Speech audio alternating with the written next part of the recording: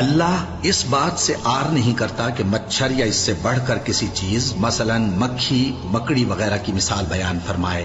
اب جو مومن ہیں وہ یقین کرتے ہیں کہ وہ ان کے پروردگار کی طرف سے سچ ہے، اور جو کافر ہیں وہ کہتے ہیں کہ اس مثال سے اللہ کی مراد ہی کیا ہے۔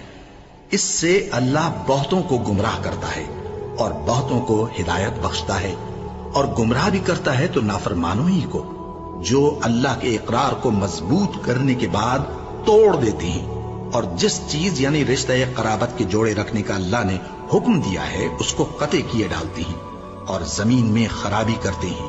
یہی لوگ نقصان اٹھانے والے ہیں۔ کافرو، تم اللہ سے کیوں کر منکر ہو سکتے ہو؟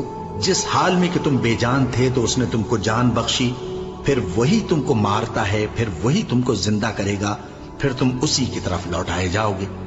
وہی تو ہے جس نے سب چیزیں جو زمین میں ہیں تمہارے